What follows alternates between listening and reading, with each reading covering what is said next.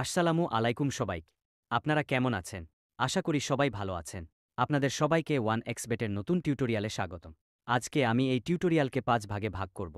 প্রথমত, অ্যাপটি কিভাবে ডাউনলোড করতে হয়, দ্বিতীয়ত কিভাবে রেজিস্ট্রেশন করতে হয়, তৃতীয়ত কিভাবে ভেরিফিকেশন করতে হয়, চতুর্থ কিভাবে টাকা ডিপোজিট করতে হয় এবং সর্বশেষ কিভাবে টাকা উইথড্র করতে হয়। এছাড়াও থাকছে একটি প্রোমো কোড। আপনারাও যদি ঘরে বসে খুব সহজে 1xBet অ্যাকাউন্ট খুলে ডিপোজিট ও ভেরিফিকেশন করতে চান, তাহলে আমি যা যা বলবো আপনি তা ফলো করবেন। চলুন শুরু করা যাক। 1xBet অ্যাপটি যদি আপনার মোবাইলে ডাউনলোড করা না থাকে, তাহলে গুগল ক্রোম অথবা অন্য কোনো ব্রাউজার থেকে ডাউনলোড করবে। এরপর অ্যাপটি ইনস্টল করে অ্যাপটিতে প্রবেশ করবেন। দেন এখানে একটি অ্যাকাউন্ট ক্রিয়েট করতে হবে।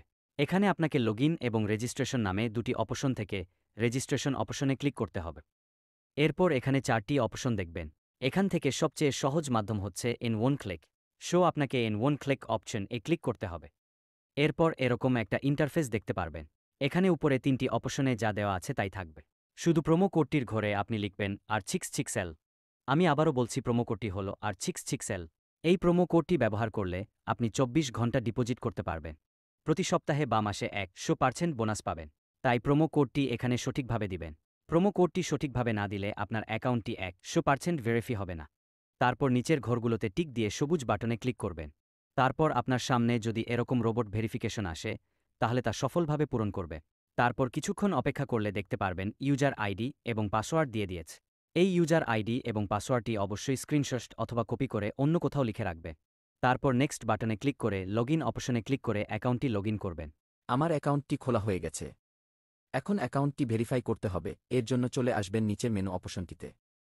এরপর দেখতে পাবেন ওপরের স্থানে পার্সোনাল প্রোফাইল, এই অপশনে চাপ দিন। তারপর দেখবেন ফোন নাম্বার লিঙ্ক। এই ফোন নাম্বার লিঙ্কে আপনার ফোন নাম্বারটি বসিয়ে দিবেন, ভেরিফাই করবেন।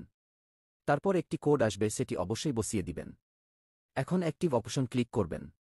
এখন এই ইন্টার ডিটেইলস অপশনে ক্লিক করে দিবেন।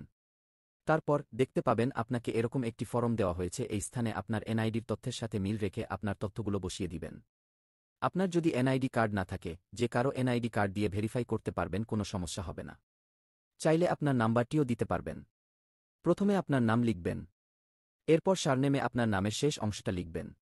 নিচে থাকা ডেট অফ বার্থ, এই অপশনটিতে আপনি আপনার জন্ম তারিখ লিখুন।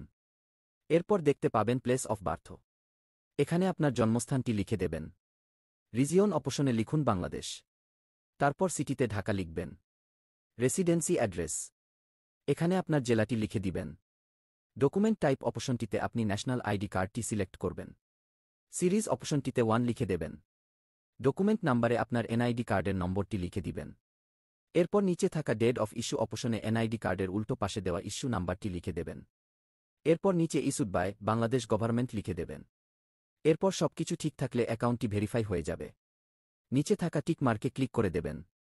এই যে দেখতে পাচ্ছেন, আমার অ্যাকাউন্ট ভেরিফাই হয়ে গেছে। এখন কিভাবে ডিপোজিট করবেন এই অ্যাকাউন্টে? এর জন্য উপরে ডিপোজিট অপশন সিলেক্ট করবেন। দেখতে পাচ্ছেন বিকাশ, নগদ, রকেট উপায় আরও অনেক মাধ্যম, আপনি যেকোনো মাধ্যম হতে লেনদেন করতে পারবেন। আমি নগদ সিলেক্ট করে দিলাম। এখানে দেখতে পাবেন নগদ ওয়ালেট নাম্বার দেয়া আছে। এখান থেকে নাম্বারটি কপি করে নিবেন। অবশ্যই এখানে নাম্বার পরিবর্তন হয়। যখনই ডিপোজিট করবেন এখান থেকে নাম্বার কপি করে নিবেন, তারপর টাকা ক্যাশ আউট করবেন। আমি টাকা ক্যাশ আউট করে দিয়েছি। এখানে দেখতে পাচ্ছেন আমার ক্যাশ আউট সফল হয়েছে। এই জায়গায় আমাকে একটি ট্রানজ্যাকশন নাম্বার দিয়েছে। আমি এই ট্রানজ্যাকশন নাম্বারটি কপি করে নিয়ে আমার আগের জায়গায় চলে আসব। কপি করা ট্রানজ্যাকশন নাম্বারটি বসিয়ে দিব। এখানে আমি যে নাম্বার থেকে টাকাটি পাঠিয়েছি সে নাম্বারটি এখানে দিয়ে দিব। তারপর কত টাকা ক্যাশ আউট করেছি তা লিখে দিব। তারপর একটু অপেক্ষা করবেন। দেখতে পাচ্ছেন আমার ডিপোজিটটি সাকসেসফুল হয়েছে। এতক্ষণ আমাদের সঙ্গে থাকার জন্য ধন্যবাদ।